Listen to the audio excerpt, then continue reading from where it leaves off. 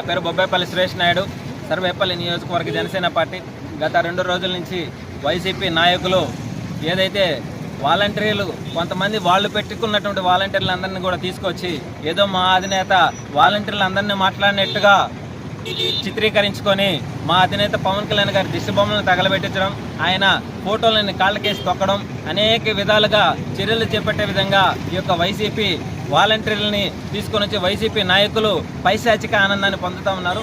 మేము ఒకటే చెప్తా ఉన్నాం, మా అధినేత పవన్ కళ్యాణ్ గారు స్పష్టంగా తెలియజేశారు. ఏమనంటే 31,177 మంది మహిళలు మిస్సింగ్ అయి ఉన్నారు. వాళ్ళ పైన దృష్టి పెట్టండి, వాళ్ళు ఎక్కడ మిస్ అయ్యారు, మరి ఎందుకని వాళ్ళ పైన పూర్తి స్థాయిలో విచారణ జరపలేదని చెప్పి పోలీసు వ్యవస్థను కావచ్చు, ఇంటెలిజెన్స్ని కావచ్చు అనేక మందిని కోరడం జరిగింది. అయితే అది తప్పుగా ఏదైతే ఈ రాష్ట్ర ప్రభుత్వానికి సంబంధించిన కొంతమంది వాళ్ళ నాయకులు ఇదే వేరే విధంగా చిత్రీకరిస్తూ ఉన్నారు. అయితే మేము ఒకటే కోరుతా ఉన్నాం, వాలంటీర్లు అందరినీ కూడా ఎవరు కూడా తప్పు పట్టరు. ఎందుకనంటే మీరు స్వచ్ఛందంగా వచ్చి సేవ చేస్తున్నారని చెప్పి ఈ రాష్ట్ర ప్రభుత్వం చెప్పింది. అదేవిధంగా ఈ రాష్ట్ర ప్రభుత్వమే 2,60,000 మందికి ఉద్యోగ అవకాశాలు కల్పించామని అంటుంది. అంటే వాళ్ళకే స్పష్టత లేదు, మీరు ప్రభుత్వం కేటాయించిన ఉద్యోగులా లేదంటే సేవకులు అనేటువంటి విషయాన్ని ఇప్పటి వరకు స్పష్టత ఇవ్వాలి. అదేవిధంగా వాలంటీర్లందరూ కూడా మా 5,000 జీతం సరిపోదు అని చెప్పి ఎన్నోసార్లు ఉద్యమం చేశారు, కానీ ఇప్పటి వరకు దాని మీద దృష్టి పెట్టాల. అంటే వీళ్ళు ఇష్టానుసారంగా వీళ్ళు ఏది చెప్తే అది చేసే విధంగా కొంతమందిని కేటాయించుకుని ఉన్నారు.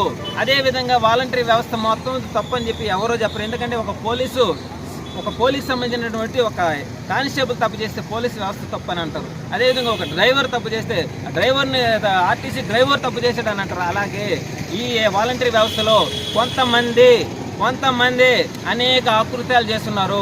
వాటన్నిటిని పరిశీలించిన తర్వాతే మా అధినేత పవన్ కళ్యాణ్ గారు మాట్లాడడం జరిగింది. ఏదైతే పెన్షన్ నగదుతో జంప్ అయిన వాలంటీర్ చూడండి ఒకసారి, ఇది ప్రింట్ మీడియాలో వచ్చింది.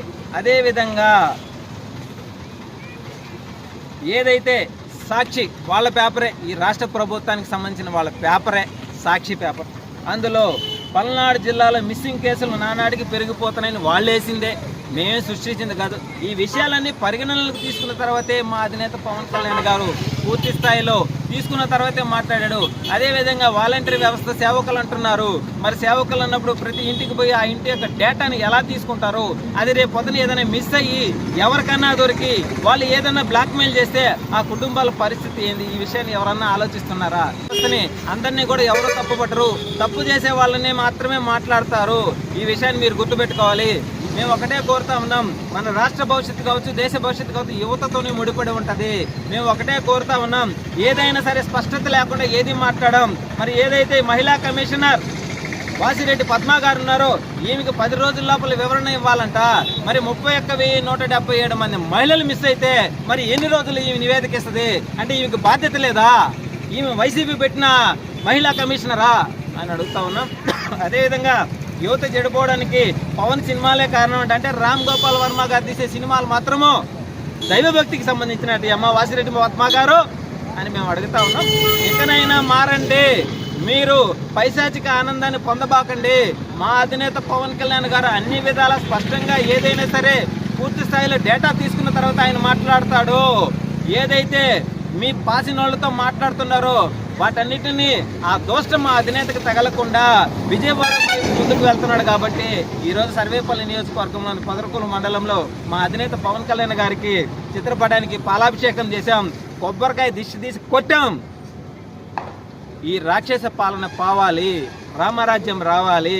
ఈ రామరాజ్యం రావాలంటే మా అధినేత పవన్ కళ్యాణ్ గారితోనే సాధ్యం అనేటువంటి విషయాన్ని ప్రతి ఒక్కరు గుర్తుపెట్టుకోవాలి. ఏదైనా మా అధినేతను గురించి మాట్లాడేటప్పుడు మీరు అన్ని విధాలు ఆలోచించుకొని మాట్లాడండి, అంతేగాని మీ ఇష్టానుసారంగా మాట్లాడితే మాత్రం జనసేన ఊరుకోదు, జన సైనికులు ఊరుకోరు. జై జనసేన, జై హింద్.